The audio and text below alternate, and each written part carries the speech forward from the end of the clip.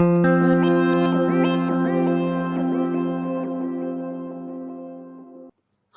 I'm Robin Shooter and I'm the founder of Empower Total Health. And today, with Mother's Day coming up very, very soon, here in Australia at least, I wanted to talk to you about what's wrong with dairy products beyond the health issues. By way of background to this discussion, about a month or so ago, I was approached by a freelance journalist, Alison Waters, who asked if I would contribute to a Mother's Day feature that she was writing for the online alt media magazine Scavenger on why vegan mothers oppose the dairy industry. And yes, although I consider myself primarily a plant-based nutrition professional, I am also an ethical vegan. So contributing to this article was somewhat out of my normal ambit as a health professional, but I jumped at the chance to explain the ethical arguments against consuming the lactation fluids of any mammal except your own mum or a willing human milk donor.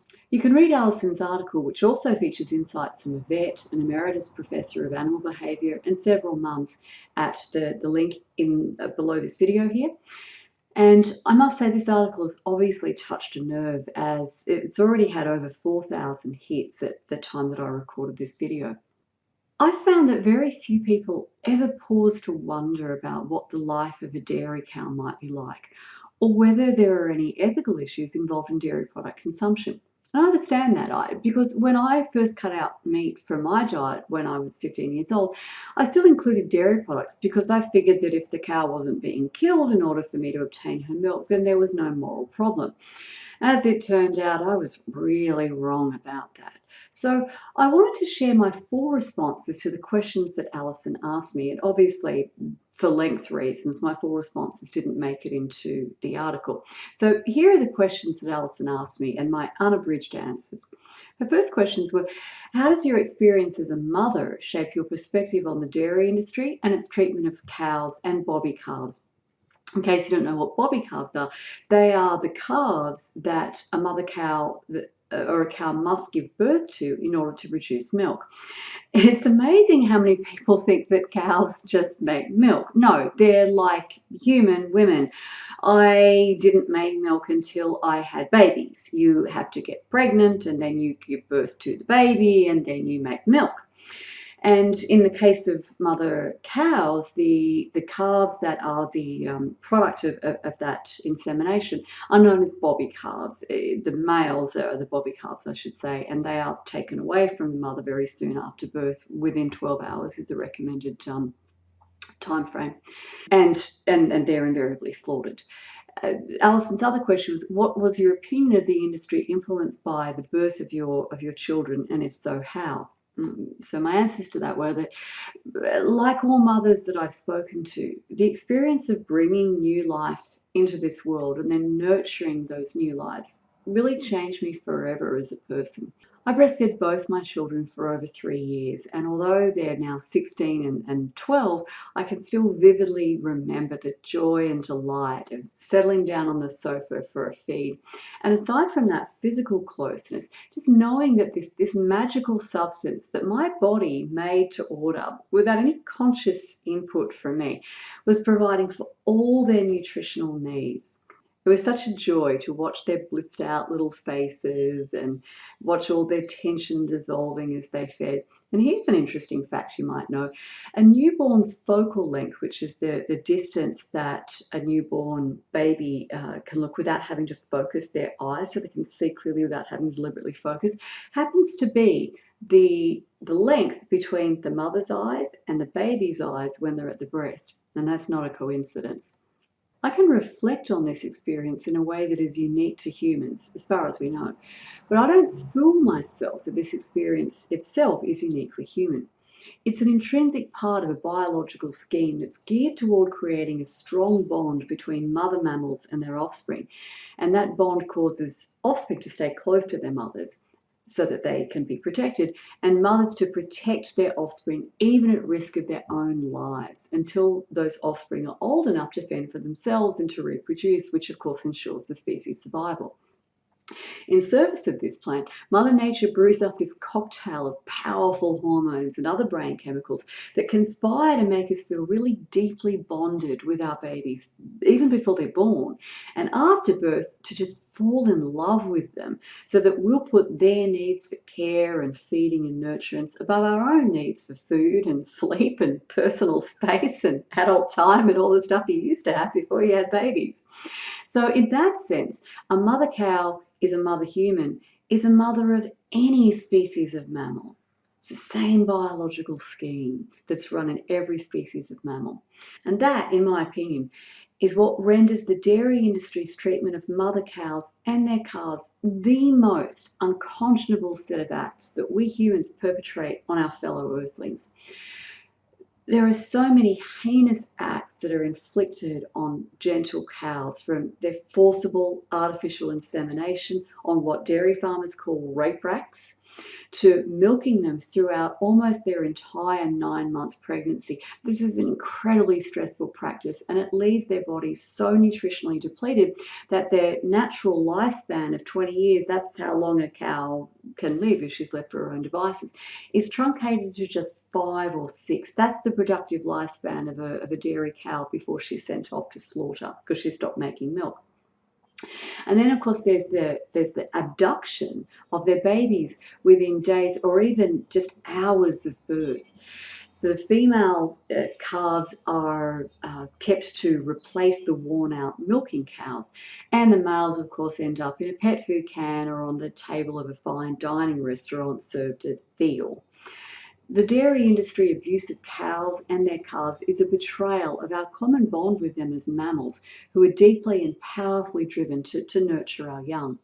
And all of that suffering inflicted on other sentient beings so that humans can get their hands on a food whose consumption is linked to iron deficiency anemia in infants and toddlers, a higher risk of autoimmune diseases including type 1 diabetes and Crohn's disease, and prostate cancer. Brilliant. After my children were born, I experienced nightmares in which my babies were taken away from me. In talking to other mothers, I've discovered it's not an uncommon fear. But my nightmare was just that. It was a bad dream that I was able to wake up from and then shake off. But mother cows live this nightmare every time they give birth. I've heard heartrending stories of mother cows bellowing for their calves for days after they were taken away, and even attempting, and Allison tells the story in her article, attempting to hide their babies from the farmer so that they could keep them because of their past experience of every time they gave birth, their calf was taken away from them. I don't think that there's a mother on this planet that could not relate to the suffering that these gentle animals endure. And yet the dairy industry hides this barbaric reality of modern dairy management practices from unwitting consumers who unfortunately are all too willing to believe the myths of happy cows, contentedly grazing and willingly giving us their milk rather than having it stolen from them and from their babies. Alison's final question to me was, as a vegan mum, what do you tell your children about the dairy industry? Well, from the time my children were very young, I explained to them that mummy's milk was for them and other mummy animals' milk was for their babies. And it was wrong of us to steal those babies' food. And that made perfect sense to them because one of the earliest lessons that we teach our kids in life is to respect others and not take their stuff. Now, obviously, there were some challenges that arose as my kids got older and they started going to preschool and school, and there were parties and there were afternoon teas. And it's not necessarily obvious to a child that that tasty looking muffin over there actually has dairy products baked into it. And that the same ethical principles that apply to taking milk from a baby cow also apply when that milk is baked into something or it's in a dip and you can't see it. My daughter, by dint of her personality type, was particularly determined to try the foods that other children were eating. And so I had to kind of balance my personal ethics with my commitment to her development as an independent human being who's at liberty to make up her own mind about things.